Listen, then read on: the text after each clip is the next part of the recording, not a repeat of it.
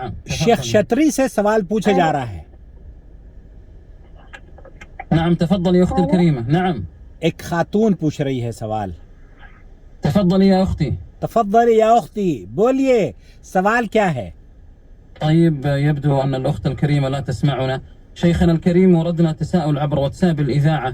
يقول السائل فيه: هل عندما أقرأ أي سورة من القرآن وأهدي ثوابها وأجرها إلى والدي المتوفيين هل يصل ثوابها لهم؟ قرآن پڑھ کر العلم في وصول الثواب أو غيره إلى الله جل وعلا، لكن ظواهر الأدلة يدل على أنه لا يصح إهداء ثواب القراءة للأموات وذلك لعدد من الأمور.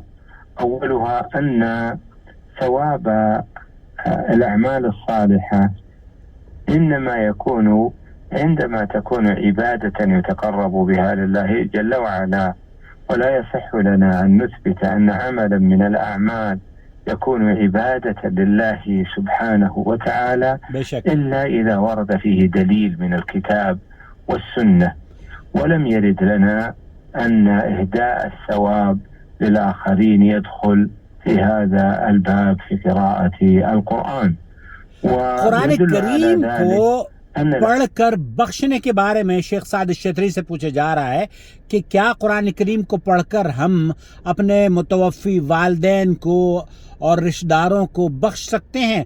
تو شیخ یہ فرما رہے ہیں کہ قرآن کریم کا یا کسی بھی اجر کا پہنچنا وہاں تک ایصال ثواب، اس کا علم تو صرف اللہ ہی کو ہے، لیکن کیا نبی کریم صلی اللہ علیہ وسلم اور اسلاف کا یہ طریقہ کار رہا ہے؟